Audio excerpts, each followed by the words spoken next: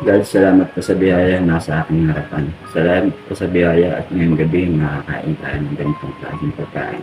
Lord, salamat po sa lahat. Patawarin po ako sa lahat ng aking pagkakamali at kasalanan ng gawa. Lord, maraming salamat. At bukas, meron na naman tayong pagkakakitaan sa catering. Lord, salamat po sa lahat ng laging pagpaprovide sa akin. Panginoon, ingatan niyo po ako. At alisin niyo po yung galit na nararamdaman sa puso ko tayo.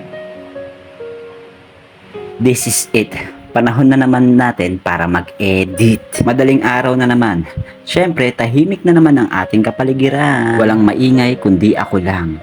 Bago nga po pala ang lahat, gusto ko lang po muling magpakilala. Ako nga pala si Carlo, isang dakilang raketero. Walang ganap sa buhay dahil walang permanenteng trabaho. Hindi ako gwapo at hindi rin ako perpektong tao. Dinodokumentaryo ko lang ang mga ginagawa ko sa bawat araw. Kung ano yung mga ganap ko at kung ano yung pwede kong pagkaabalahan. Nagbabaka sakali rin kasi ako na baka isang araw pagising ko magbunga na ang lahat. Hindi naman kasi ako tamad na tao at lahat ng bagay kinikulusan ko. Depende na lang yun sa mga tao na nakakita ng bawat ganap ko. Alam kong Diyos lang ang nakakaalam sa bawat pagpupursige natin para mabuhay. At Diyos lang ang magiging kakape natin sa lahat ng bagay. Hindi ko kinakalimutan magdasal sa araw-araw dahil alam kong siya lang ang makakapag-provide sa akin ng bawat ganap ko sa buhay. Nagpapasalamat palagi ako sa Diyos na may kapal dahil ginigising niya pa rin tayo sa araw-araw. Nawalan man tayo ng mga magulang pero tuloy pa rin tayo sa laban. Siguro may dahilan si Lord kung bakit kinuha sa amin ng maaga ang aming mga magulang. Para matuto, para tumayo sa sarili naming mga paa nang wala sila. Kung ano man yung dahilan ni Lord, alam kong nasa mabuting lagay na sila. Wala na silang iisipin at wala na silang mararamdaman na kahit na anong sakit at sama ng loob mula sa amin, di ba? Di man ako naging perpektong anak o naging perpektong kuya sa mga kapatid ko.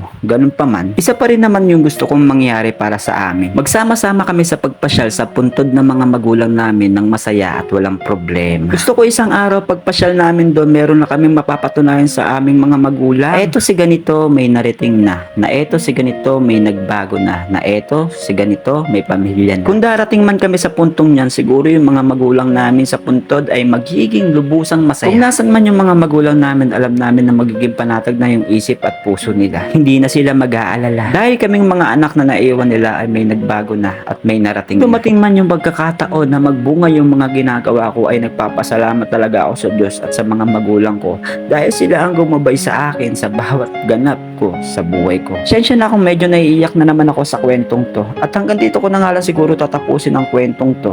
Bye.